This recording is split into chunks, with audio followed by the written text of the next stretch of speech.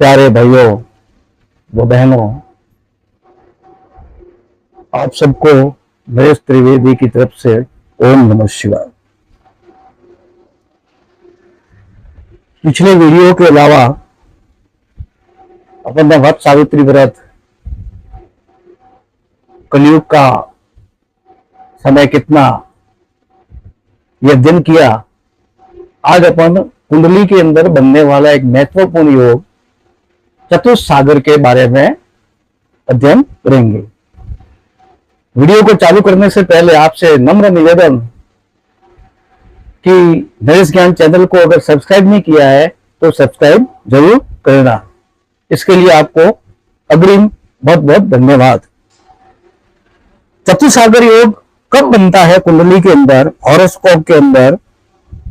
तो इसके अंदर दो मत है, मानसागरी का मत और डॉक्टर बीवी रमन। डॉक्टर बीवी रमन एक महान साउथ के एस्ट्रोलॉजर हुए और जिनका ज्योतिष के अंदर बहुत ही रिसर्च और अनुसंधान रहा। तो डॉक्टर बीवी रमन के अनुसार और मानसागरी के अनुसार चतुस्सागर योग किस प्रकार से बनता है वो अपन अध्ययन करेंगे। पहला तो मानसागरी के अनुसार जब 7 ग्रह केंद्र स्थान में हो, ये वाले भाग, ये बीच वाले जो 4 भाग है, ये वाले जो बीच वाले भाग 4, ये जो है वो केंद्र स्थान कहलाते हैं। ये 1, ये 4, ये 7 और ये 10, ये 10वें भाग।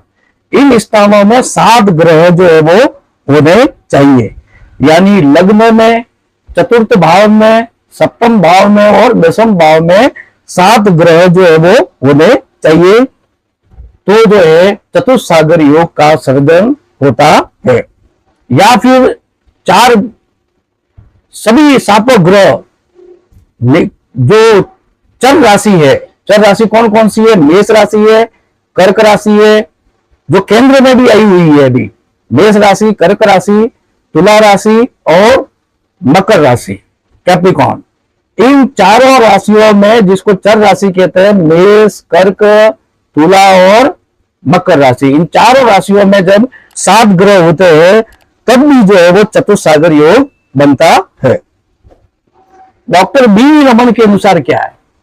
डॉक्टर बीवी रमन के अनुसार चतुस्सागर योग कब बनता है? तो वो कह रहे हैं कि जब चारों केंद्रों में ग्रह होने चाहिए। चारों केंद्र में जब ग्रह होते हैं, चारों केंद्र में जब ग्रह होते हैं, यानी तो चतुस्सागर योग बन जाएगा। यानी कहने का मतलब हर केंद्र में भले एक ग्रह की कमी हो, सभी केंद्रों में ग्रह होने चाहिए।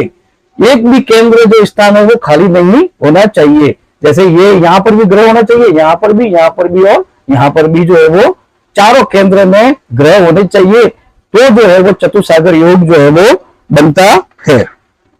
अब अपन सब जानते हैं कि शुक्र और बुध, मरकरी और विनस, ये दोनों सूर्य के पास वाले ग्रह है। मरकरी तो और ज्यादा सूर्य के पास में है और शुक्र बुध से, सूर्य से थोड़ा दूर है। जितना बुध दूर है उससे और ज्यादा दूर है। तो ये शुक्र, सूर्य, बुध या तो इससे एक भाव आगे हो गए या एक भाव पीछे हो गए सूर्य से, शुक्र और बुध, या साथ में भी हो सकते हैं। शुक्र और बुध सूर्य के साथ में भी हो सकते हैं। तो 7 ग्रह केंद्र में होना संभव नहीं है, क्योंकि शुक्र, सूर्य इधर होगा तो या तो शुक्र इधर होगा, बुध इधर होगा, या फिर कोई ऐसा विशेष कारण हो जाए तो बहुत कम स्थिति बनती है जब तीनों ग्रह एक साथ में होते हैं। लेकिन सूर्य यहां होगा तो एक शुक्र, एक बुध में से या तो एक आगे होगा या एक पीछे होगा। तो इस प्रकार से ये 7 ग्रह जो है वो जो है वो इस प्रकार से बहुत कम स्थिति में देखा है। लेकिन चारों केंद्र में जब ग्रह होते हैं तो बीवी रमन के अनुसार चतुस्सागर योग जो है वो बनता है। अब इसको अपन एक एग्जाम्पल के द्वारा समझाएंगे। बीवी रमन ने अपने परदादा की कुंडली दी है और परदादा की कुंडली से वो चतुस्सागर योग को समझा रहे हैं। पहले तो अपन देखेंगे कि चतुसागर योग का फल क्या है। तो चतुसागर योग का जो व्यक्ति जो होता है बहुत ही प्रतिष्ठित होता है, यानी जहां जाए वहां उसका सम्मान होता है और राजा के समान और राजा के जैसा उसका जीवन होता है। नृप तुल्य, नृप यानी संस्कृत में नृप जो है वो राजा को कहते हैं।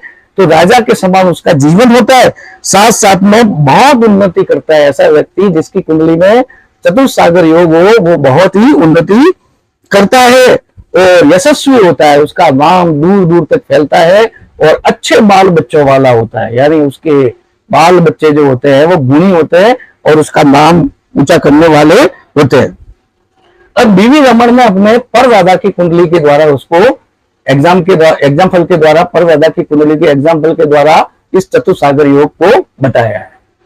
अब हम देख रहे हैं कि यहां पर इस कुंडली में शनि जो है मकर राशि में, जब कोई ग्रह अपनी राशि में या उच्च राशि में केंद्र भाव में होता है, जब कोई ग्रह अपनी राशि में या उच्च राशि में या मूल त्रिकोण राशि में जब इन केंद्र स्थान में होता है तो वो पंच महापुरुष योग जो है वो बनाता है।